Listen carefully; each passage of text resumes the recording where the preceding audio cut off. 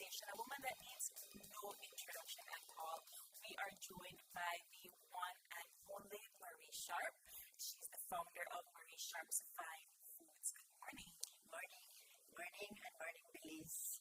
Thank you so much for being here. I think that all of us in the backstage have been fangirling enough. So it is an honor to have you here with us, and congratulations on your 50th Thank you. recognition on Forbes magazine.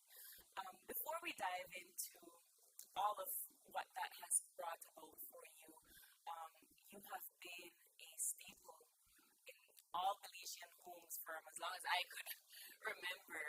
But for our viewers, I think it would be really important to hear about your journey when you started in your kitchen, and it just took rails on its own. So let's start with how Marie Sharp's Fine Foods developed.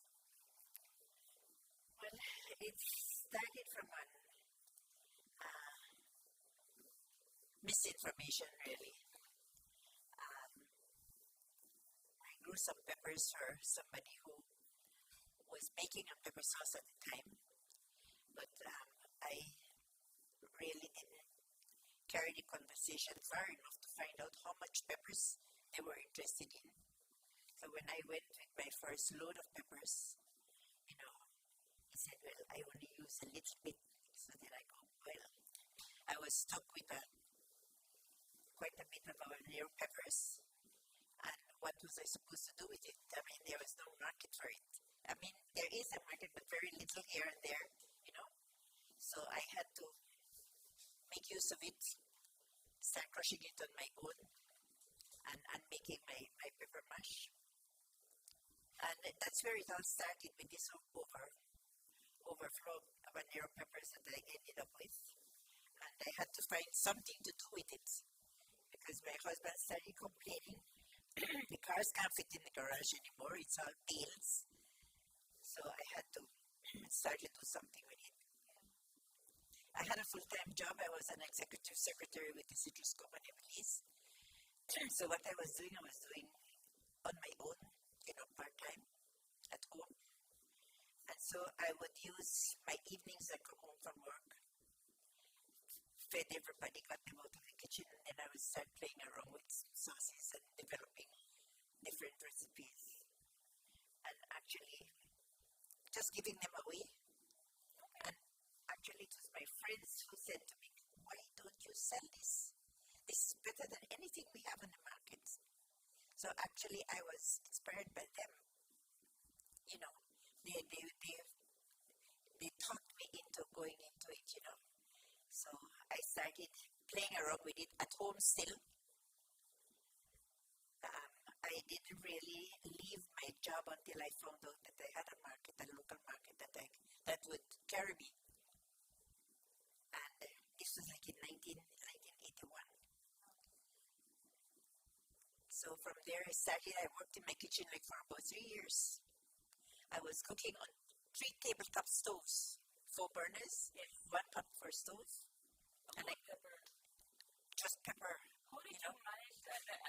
When I am mixing a sauce with just a couple of Scotch bonnets, that's not good for me. You have a tolerance for it. I had a little overdrop behind the kitchen that was like a barbecue area, and I would do it outside there so that the aroma would go rather than pending in the house. You began your industry in a time where most businesses and products were dominated by men. Yes. How were you able to establish yourself as the Marie Sharp that we know today? Well, it's very true, because I found out that even internationally, when I was inducted into the Hall of Fame, and I went there, it was all men. I couldn't believe it, just men with pepper sauce, making pepper sauce. And I couldn't believe it. I was like the only woman. I guess because I was a woman, I put more into it than, well, of course, I can't say that because we have good cooks in men too. But everything I had into it. We had our own farm, so we process what the farm delivers. So I had fresh fruits, I had fresh lime, fresh peppers, fresh everything. And I think that is where it made the difference. That everything that goes into that product is fresh. When did you realize that you created a brand new culture in Belize? Everybody at home, I know, has at least one bottle of Marisha in their fridge or on their table or somewhere. You started an entire new culture in our country. Yeah. Well, when we were doing our marketing, we pushed hard in Belize. We pushed hard in Belize. And I think I didn't really win Belize until I made my first shipment into the US. Interesting. Why do you say that? Because I think I was fighting a mental block that locally people believe nothing made in Belize good. It has to come from outside. So I had to prove to them that it was good, but they still tasting it, they knew it was good.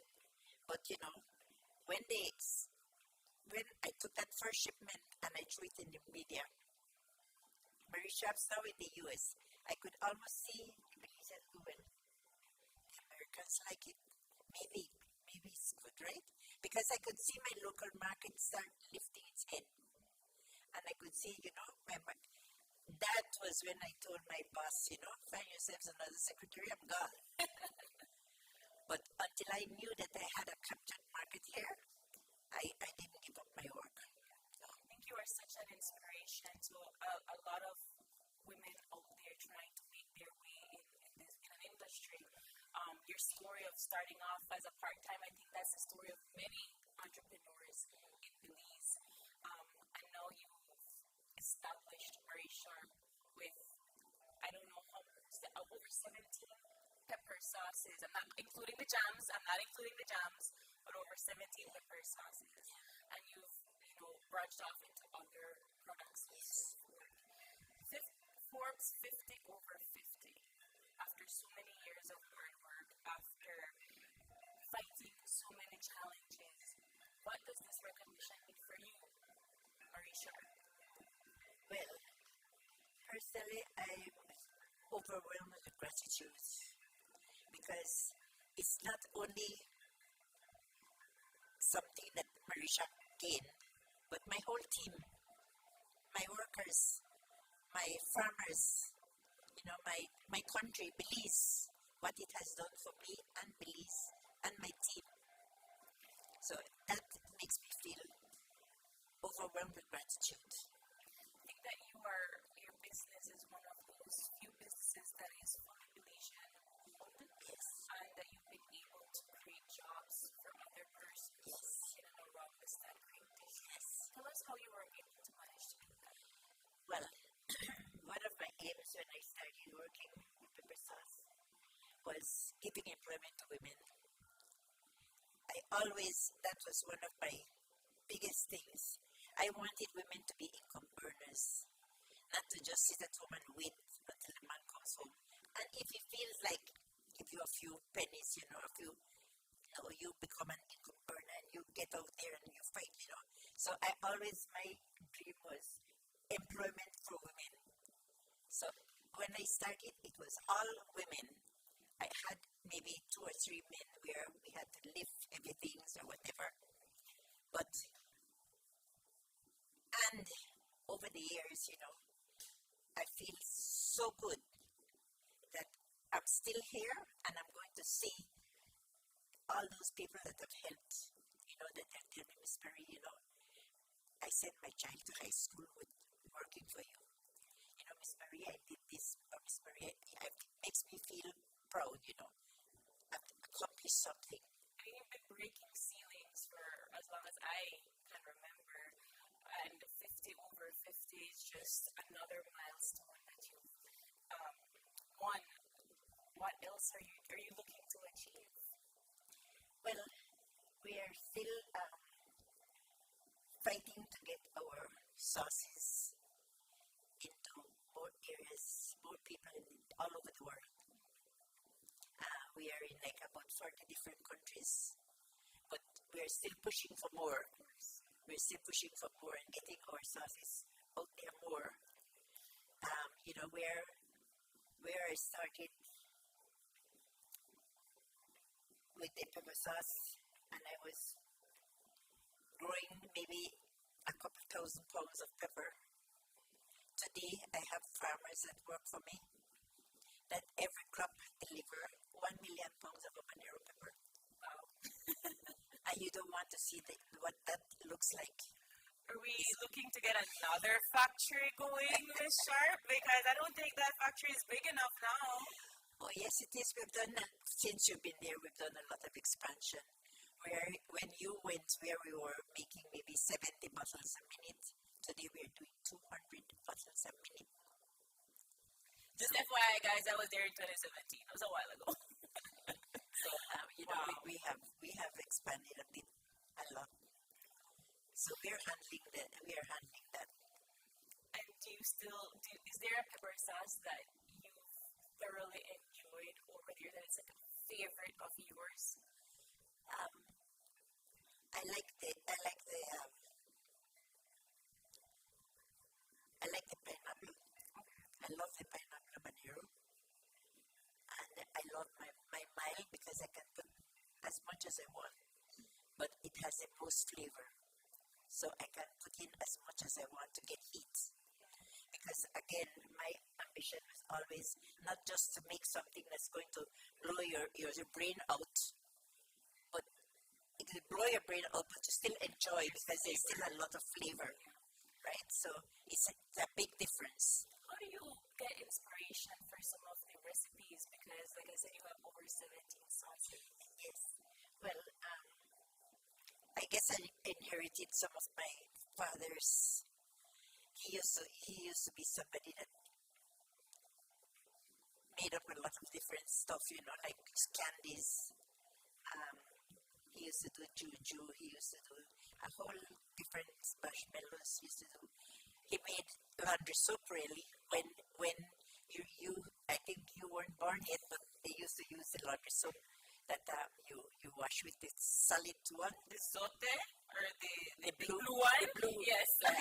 He used to make laundry soap, and I guess I must have inherited some of that. But it's easy for me to develop something, and I see my grandson Jody.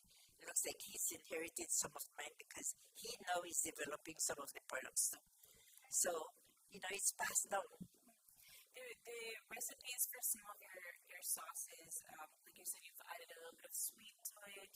You've gone all the way to the cornet, the beware, one of the hotter sauces.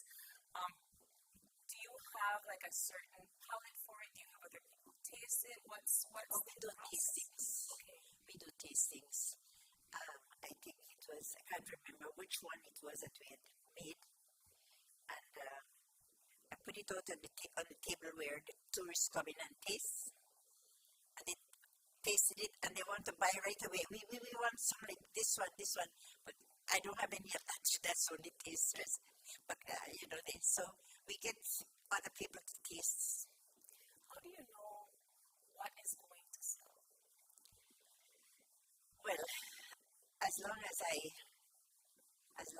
know I have a good tasty product out there, as long as it's tasty, people will buy it. Now, if you put something that's not tasty, they'll buy it once, but they're not going to buy it 2 times. Right? So you have to put out something that's good, something different, something tasty. How do you make those decisions as a founder and as an owner? Sometimes I go home and my palate is blistered. Oh. Tasting so much, right? So I've gone through a whole lot, but I just keep sticking in there and keep working. And well, actually, when I did the orange and the grapefruit, Yeah. the manager for the CEO of a citrus company at that time, he was somebody from England. He came one day and he said, "Marie, what can you do with citrus pulp?" I said, "Citrus pulp? What is citrus pulp?" He said, "Pulp." He said, I said, no, I don't know. He said, the little pieces that hold the juice. Yeah. I said, so, he said, because we have quite a bit and we can't get rid of it. I said, bring some and let me see what I can do. So he brought a couple boxes. They were in boxes, like in 30-pound boxes, frozen, orange and grapefruit. And that's how come I developed the orange and grapefruit pepper. He couldn't believe it when I took the sample. And, you did this already? I said, yes. I said, what do you think? Oh, he loved the thing so much. He used to carry it everywhere he went. I wouldn't even think about putting orange or grapefruit mixed together with pepper, but it's not even just about putting it together, but ensuring that it has like a really good consistency. It's a science, really, the way that you've been able to develop these pepper sauces. And you don't want to have it with your ceviches. I think I use the beware for my ceviche because I need a little to use the orange and grapefruit. Yeah. So you've advised people to use it for more than just putting it on your rice and beans. Oh, definitely, definitely. Like the green one, the cactus. The cactus.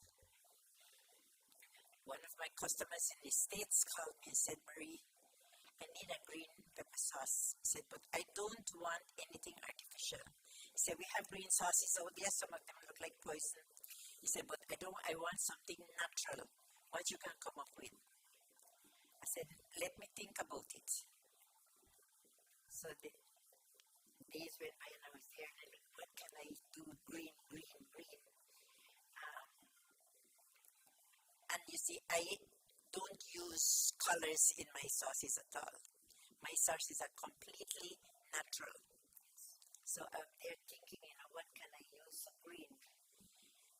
And the night I was sitting down in my chair and I looked out the door and I had this scotch right in front of me outside in the yard. And I looked at it. It says scotch. But I wonder if we have any in Belize commercially. I put out an ad, Marie Sharp's looking for scotch. Somebody in Orange Walk called me, Miss Sharp, you buying scotch? Yes. How much you have? He said, yes, I have. And then we bring 5,000 pounds because now I'm testing to see if he has, right? Bring 5,000 pounds. About in the morning, the truck backed up. 5,000 full of scotch. I said, you have more? He said, yes, ma'am. I said, good. So then I made the pepper sauce and I called the guy in the States. I said, sending you samples. That's incredible because then it shows that you've been able to collaborate even beyond the Stanley district. There are certain when I'm small and I used to sit in the scotch one, I really think that just green habanero. And I realized that I could use that in certain ingredients like for huevos rancheros and put that in instead of just a tomato sauce. Yes. That's a nice little spicy flavor, but it's all the fun is really good for you as well. Yes, it has a lot of good and it is one of our best sellers, Really? And unfortunately, I don't have enough nopal locally. I am trying to plant out myself and we've planted a lot.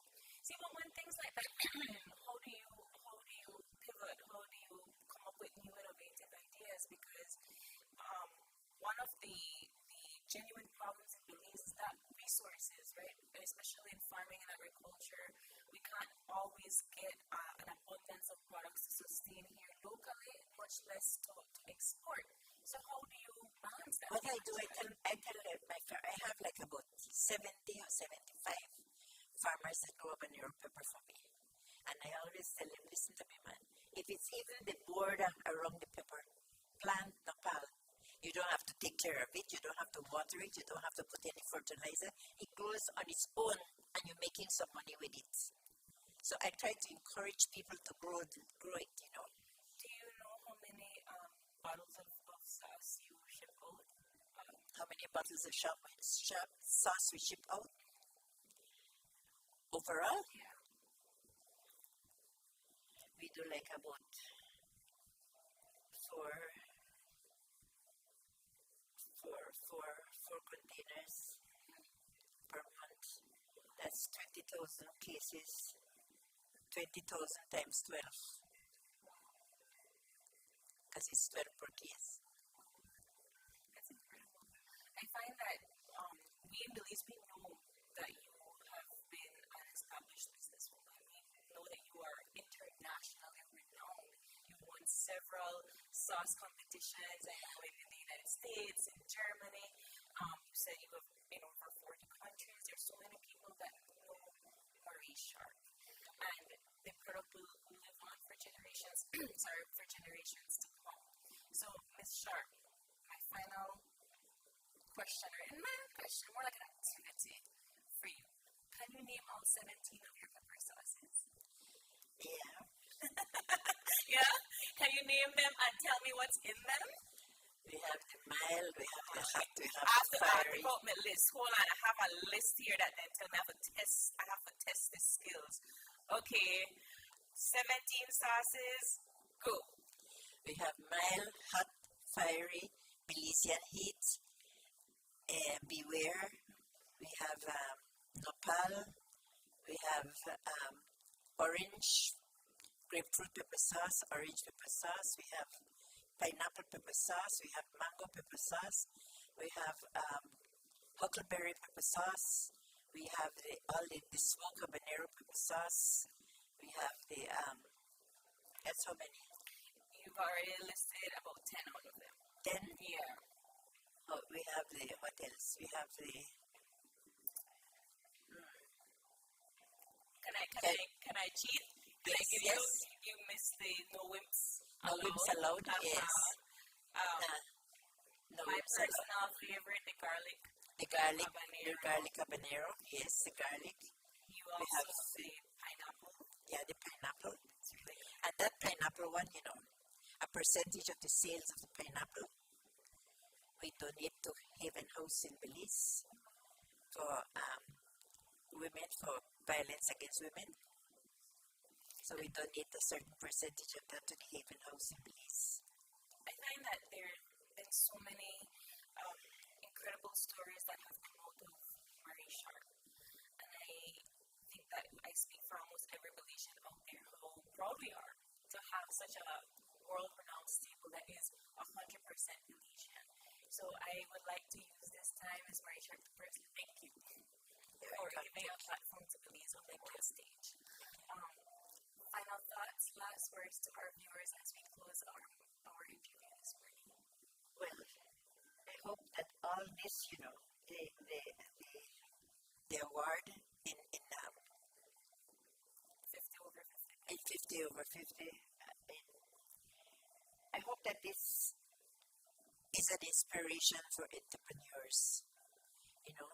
That you have to love what you're doing, persevere, put in your perseverance, put in your all, and don't give up. You will have obstacles, of course you will, but brush it off and get up and go again, because this is something that we need to have more Belizeans accomplish. Make yourself known in the world, with whatever you're doing. Don't give up. You have to put your entire love into what you're doing. The resilience, and perseverance, and you will achieve. Thank you so much.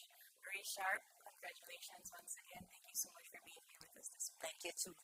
We are going to take another quick break, and when we come back, it's highlighting Belizean voices, Belizean creatives.